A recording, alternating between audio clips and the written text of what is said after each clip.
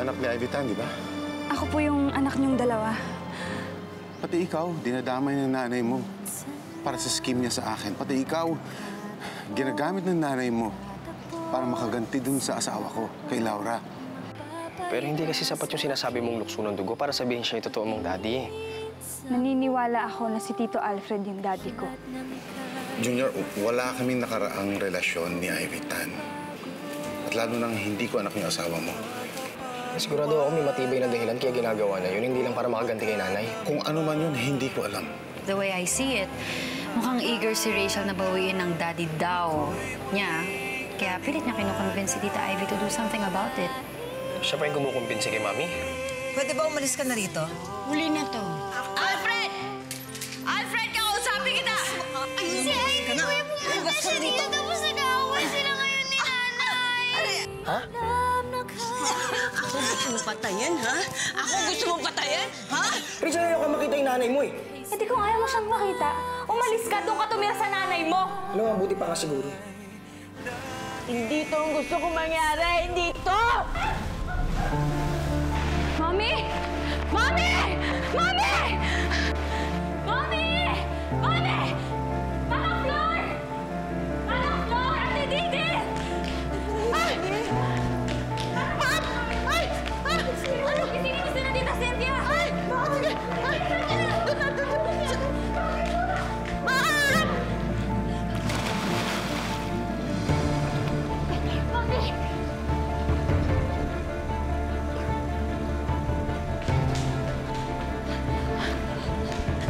Ano ba yan? Naku, ma'am! Manang Flor! Ano nangyari? Hindi lang. Grabe mo na sila. Sige po! Sige, teka! Ma'am! Ivy! Rachel! Ano? Nagpakamatay na ba? Cynthia, ang bibig mo! Ay, ganyan naman talaga yan pag nalalasing na sobra eh. Parang nababalyo. Hindi alam ang pinaggagawa. Kung wala kang masasabing maganda, itik mo na lang yung bibig mo. Di ba, Mami, Hindi Daddy? na nakakatuwa, ah! Ay! Ivy! Ay!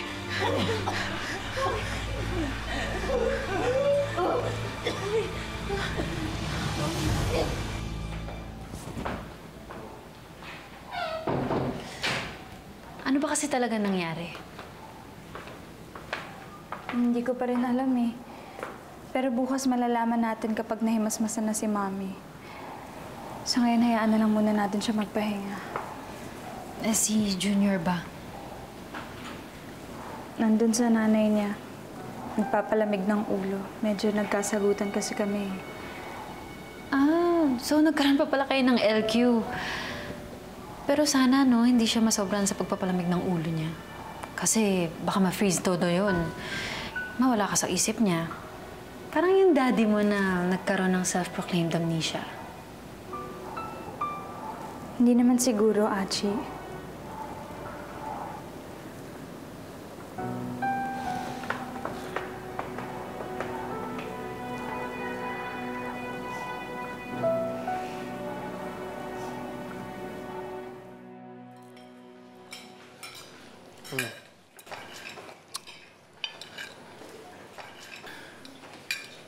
Mayan, kain na. Ganun ba? Sige. Junior, anong problema? Si BB30 daw, hindi makadede. Eh, kuya, baka naman kasi namimiss ka na ng pamangkin ko. Tumigil ka nga, Gigi. Eh, ano naman ang kinalaman ng bata sa pag-alis ng kuya mo?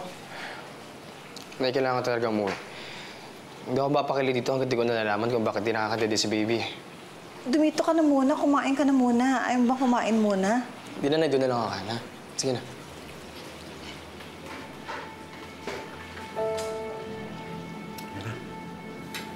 Pwese talaga yung Rachel na yun, no? Nag-iisang anak, hindi pa niya kayang alagaan ng tama. Minsan-minsan na nga lang tayo pinupuntahan ni Junior dito, eh.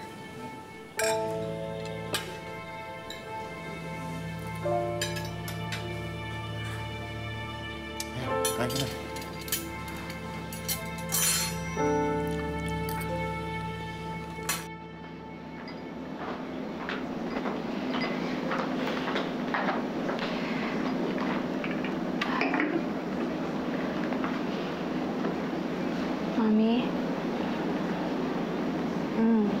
Rachel. Dahan-dahan. Inumin niyo muna po itong juice para mawala yung hangover niyo.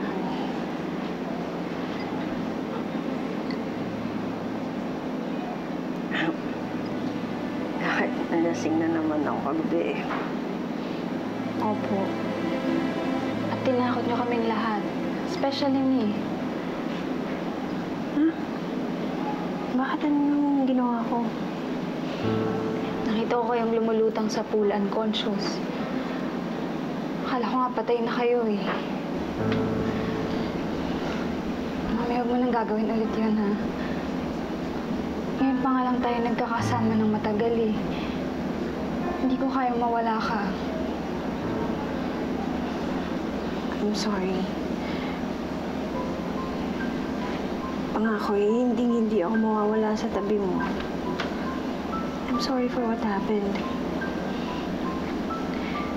Sorry din po kung nasagot ko kayo. Hindi ko po sinasadya, nasa-stress lang kasi ako sa mga nangyayari. Sorry. Basta, Mami, kahit anong mangyari, lagi lang ako nandito sa tabi mo. Hindi kita iiwan. Sasamahan kitang lumaban, basta nasa tama ka.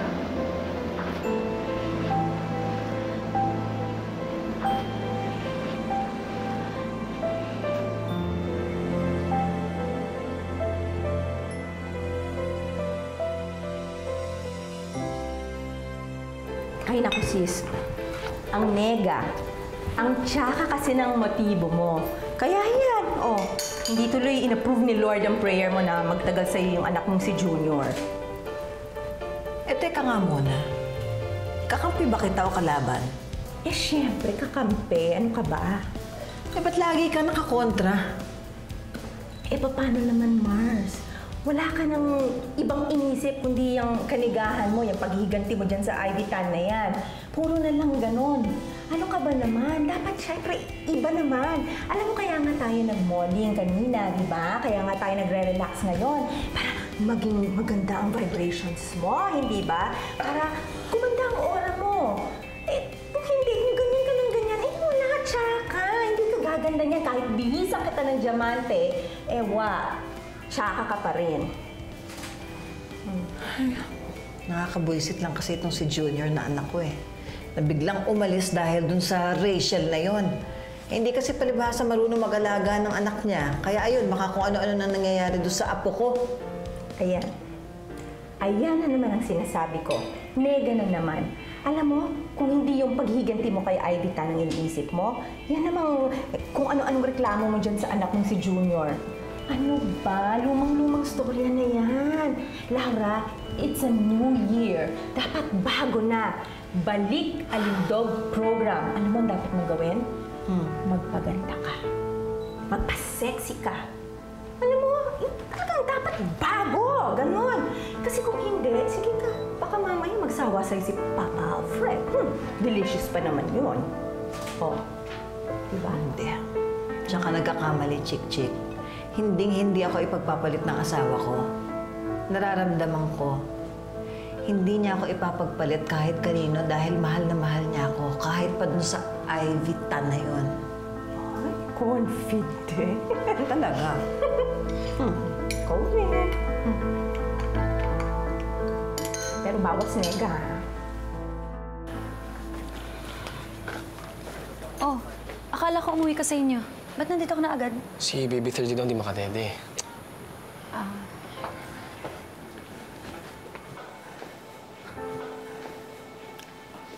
Baby? Jun, Saan? ayaw dumede ni Ferdy eh. Dadaling ko muna sa pizza niya ngayon. Sama ako sa inyo, ha? Magkakahiwalay din kayong dalawa. At kapag nangyari yun, I will be here for you, Junior.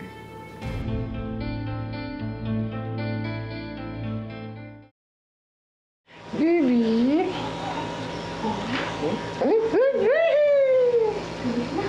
Tulog na? Tulog na? Junior. Mama.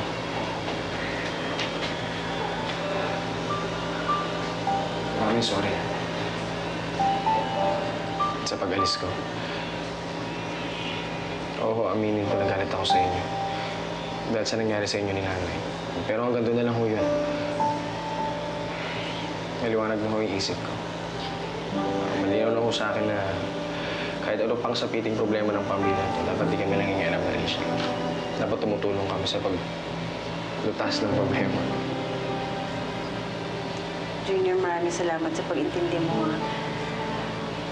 Yun din ang isa sa pinasasalamatan ko ang Diyos dahil isang taong katulad mo yung pinili ng anak kong mahal.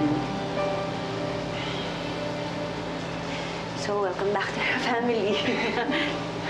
Oh, ayaw si baby siya. Ngayon, okay na?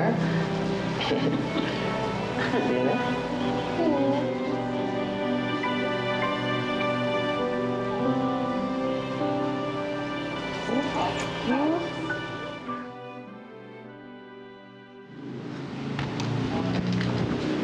Tagal naman. Rich, sigurado ka bang dito yung office ng Alfred Benitez na yan? Oo, ito yung binigay ni address ni Jun eh. Ba't ba kasi kailangan mo pang kausapin yun? Eh, ikaw lang naman yung nagpupush ng DNA test ninyong dalawa. May gusto lang ako sabihin sa kanya. Sige na, ako na lang yung papasok ha. Dito ka na lang. Miss Rachel, pwede na daw po kayo pumasok, sabi ni Sir. Sige. Sige.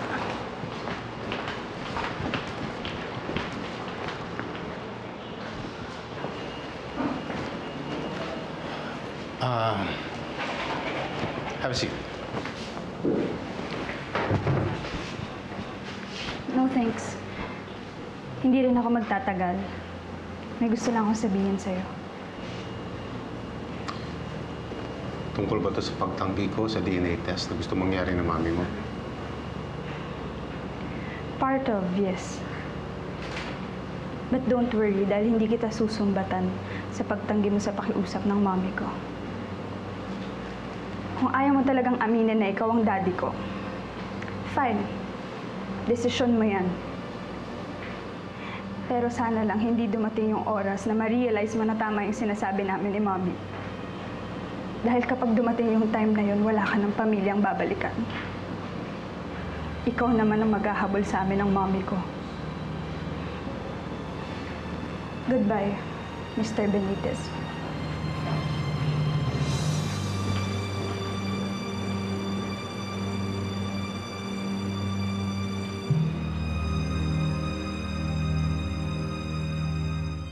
Nakipagkita ka na naman sa daddy mo. Kinausap ko lang po siya. Hindi mo na dapat ginawa yun eh. Tinanggihan na niya nga tayo. Hindi mo na siya dapat kinausap pa. Baka isipin nun, ang kulit-kulit nating mag-ina. Gusto ko lang bigyan ng closure yung pag-claim ko sa kanya bilang tatay ko. Para malaman niya na kaya nating mabuhay kahit wala siya.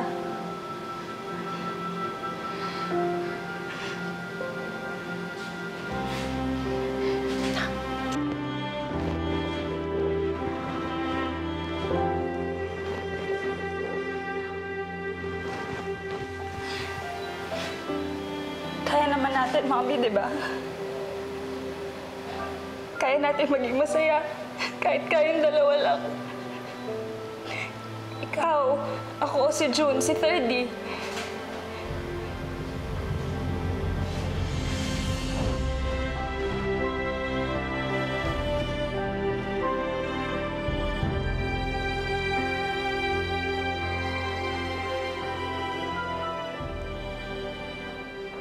Eh di close na ang issue na yun.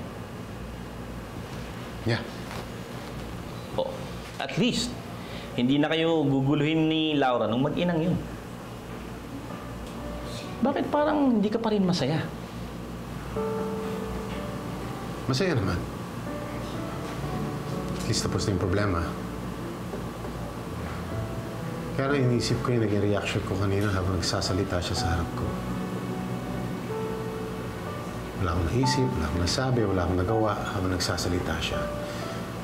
Ramdam na ramdam ko yung pain sa puso niya. Para bang ako'y nasasaktan para sa kanya.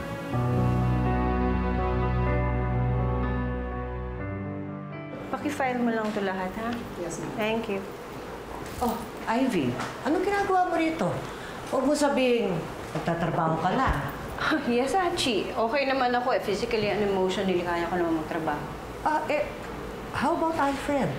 Paano yung plano mong magpapa-DNA test sila ni Rachel? Ay, naku, hindi ko na itutuloy. Kasi bakit pa? Ayaw rin naman niya eh. Alangan namang lumuhod kaming mag-ina sa kanya para pagbigyan lang niya. Are you sure? Yes. Masaya na kami ni Rachel at ng apo ko. Hindi naman namin siya kailangan. So, ganun na lang. Papayag ka na lang na ganun na lang?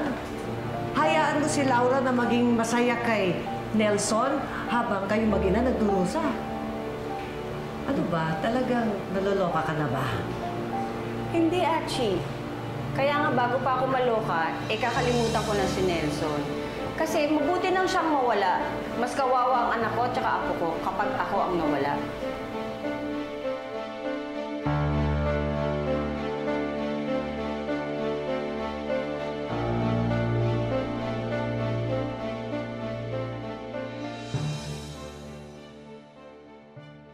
Makeup niya, ha? Light. Light. Labas yung ganda Very niya. classy. Anong meron? Classy. Bakit ang daming tao? Well, we are going to have a coming out party. Anong coming out party? Naku, Mars. Ipapakilala ka nitong jowa mo sa alta sosyedad. Kaya kailangan, ha? Magandang-maganda ka sa gabing yon. Kaya kami nandito lahat. Kaya nandito kami, madam, para gawin kang maladyosa ng kagandahan sa party mo. Siyempre, ako naman bahala sa super ganda mong gown na isusuot sa gabi na yun, Mrs. Benitez.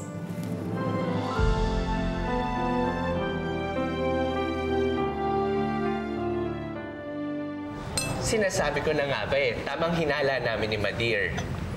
Si Laura Benitez, ang dati niyong Chemay. Kaya pala pamilyar sa akin ang mukha ni Baclush nung pumunta sa shop ng lola mo para magsukat ng gown. Pwede ba huwag na natin pag-usapan yung babaeng yan? At si Alfred Benitez, kamukhang-kamukha ng Nelson mo. I think I have to go. May client call pa ako.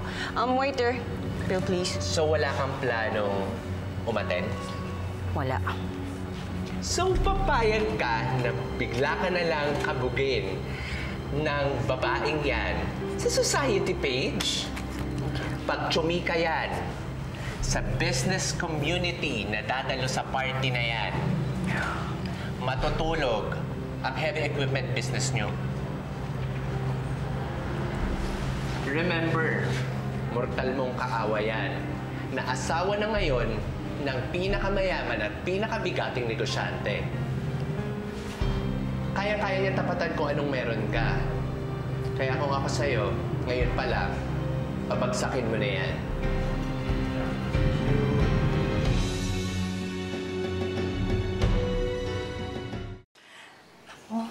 Check. Ngayon lang ako makakaranas ng ganito kaing granding okasyon sa buhay ko bukod dun sa kasal namin ni Alfred. Ay, naku, Mars. You deserve it all. So ano, iimbitahin mo ba yung BFF mo? Eh, sino naman ang BFF ko? Wala naman ako ibang best friend kundi ikaw. Bakit meron pa ba? Ano ka ba?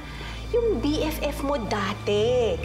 Na mortal mo ng kaaway ngayon. Walang iba kundi yung Ivy Tan. Diba? Think about it. Well, may point din naman si Jillian. Alam naman natin na ang objective ni Laura, pabagsakin ka. Nasimulan na niya yan kay Nelson. Kaya dapat habang maaga pa lang, putulan mo na siya ng paa. Para hindi na siya umabot sa kinalalagyan mo ngayon. Pero ayoko na ng gulo, Achi. Naipangako na kay Rachel na Gusto na namin ng tahimik na buhay. Kami mag-ina. Hayaan mo na lang malampasan ka ni Laura. Hindi mo na ipaglalaban ang karapatan ninyo na anak nyo kay Nelson? Ay, nako. Huwag mo nang paguluhin ang utak ko, pwede ba, Achi? Tanga, hindi lang utak mo ang magugulo kapag hinayaan mo yang si Laura. Pati buhay mo, buhay ng negosyo natin, magugulo kapag naging pabaya ka.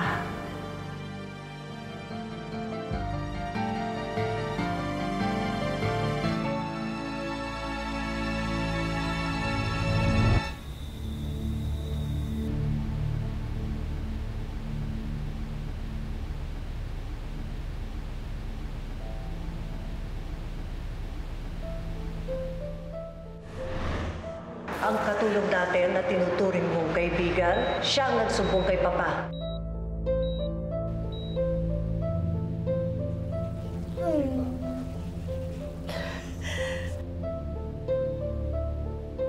Sino naman yung lalaki nagkamali magpapakasal sa'yo? Hayaan mo. At sigurado akong luluwa ang mga mata mo pag nakilala mo siya. Alfred Benitez. I'm sorry, sinisira mo yung kasal namin. Please, leave. Umalis ka na rito, baliw ka. Nelson! Mahal kita! Kapuliin kita! Ako si Ivy! Please, pilitin mo tandaan! Kung ako nga ang sinasabi mong boyfriend mo, ba't wala akong kahit katiting na pagmamahal? Wala akong nararamdaman sa'yo. Ba't si Laura ang mahal ko, hindi ikaw? Ivy, hanggat meron pa akong konting respeto sa'yo, tigilan mo na to. Nelson! Papatayin mo siya para makuha ko? Makuha yung gusto mo? Hindi totoo yan. Ano hindi? God forbid, Ivy. Sa susunod na gagawin mo uli yan sa asawa ko, makikita mo na yung hinahanap mo dahil ako na yung papatay sa'yo. Naintindihan mo?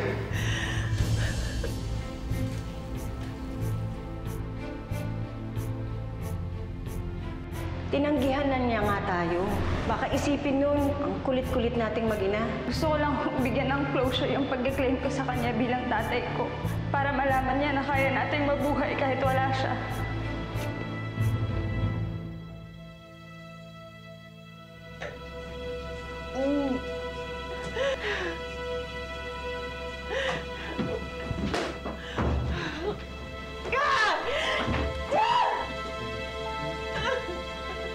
Ma'am Ivy!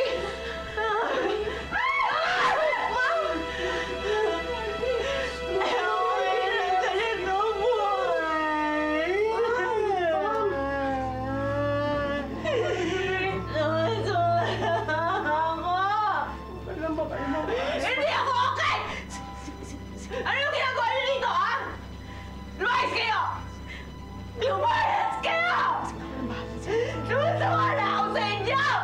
Sumusama na ako sa lalaki ng buhay!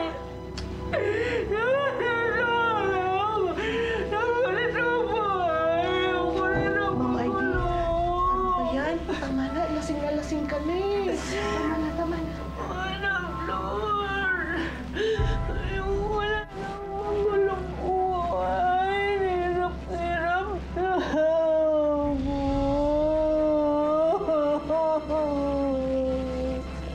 Hirap na ako. Esper, parang gusto ko na talaga umalis dito. Bakit naman?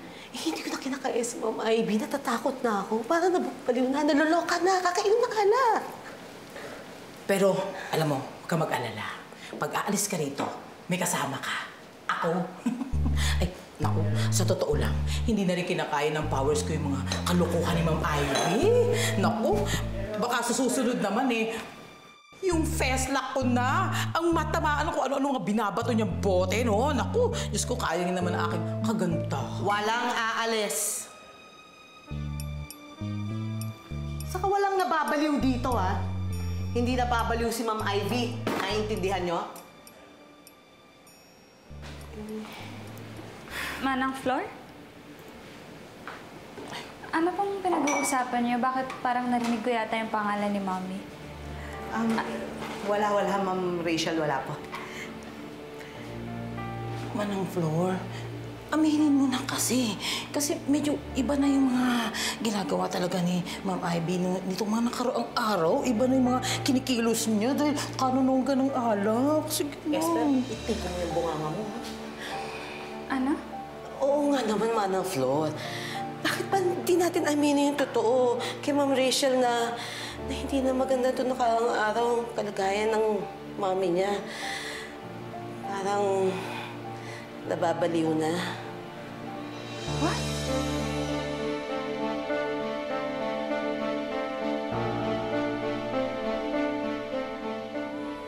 Lately, parang iba yung kinikilos niya. Hindi ko alam kung dahil ba yun sa pagre-reject sa amin ni Daddy o baka dahil lang kasi nalululong na siya sa alcohol. Ladies and gentlemen, presenting the very beautiful Mrs. Laura Benitez. Wow! Ang ganda naman ni Nanay.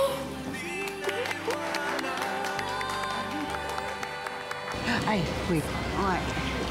Kunin mo to. Proteksyon yan. Susugod ka sa lungga ng kalaban. Wala kang paglaban. Amo, bad ka. Ako nang bahala kay Ivy. Alam ko nang gagawin sa kanya. Hanggang ngayong gabi na lang siya.